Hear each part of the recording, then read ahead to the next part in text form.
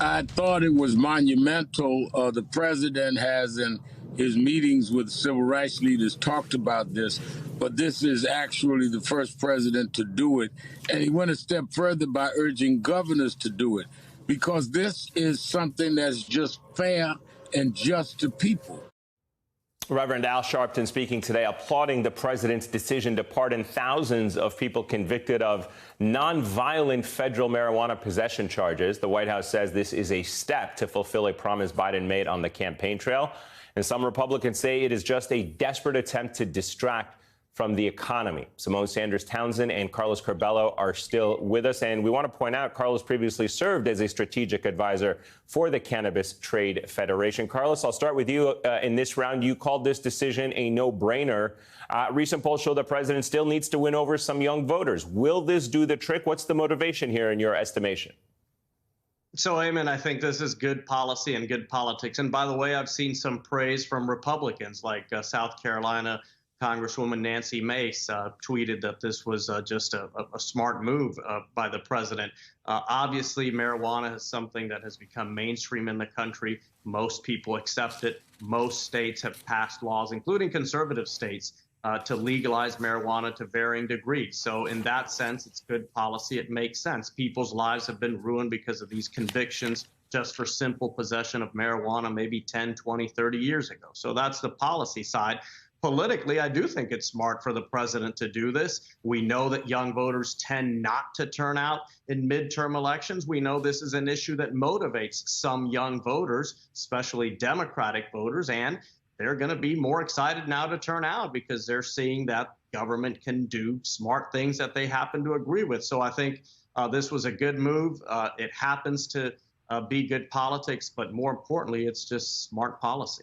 Simone, I'm going to give you the chance to play rebuttal here. If there is one, you may not see it that way, but some Republicans, they've been messaging heavily on crime and drugs. Is there a downside to this decision ahead of the midterms? Could pardoning people convicted of possession play into the hands of GOP messaging? You know what? I don't think so.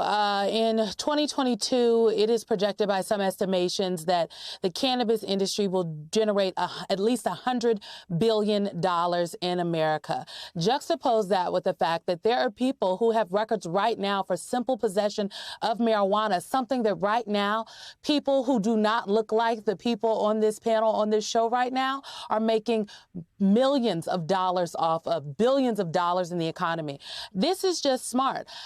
I think, Eamon, when we talk about crime, and I think sometimes we all have to check ourselves, right? Because crime is an umbrella term. In Texas, I talked to some moms in Texas the other day, some suburban moms. For them, the issue of crime is public safety. It is gun safety. For some folks in North Carolina, crime is one of the top 3 polling issues in the race, in the United States Senate race. Crime is particularly about public safety. Black folks want to be safe too, right? So brown people want to be safe, white people, everyone wants to be able to walk through their community and be safe. And so this issue of crime, how you talk about it matters.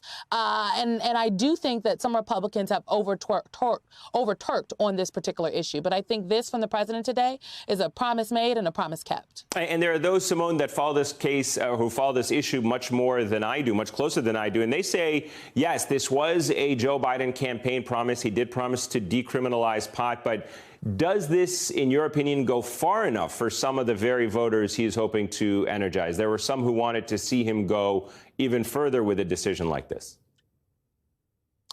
This is a first step, to be very clear, Eamon. And the president laid that out in his a statement that was put out today.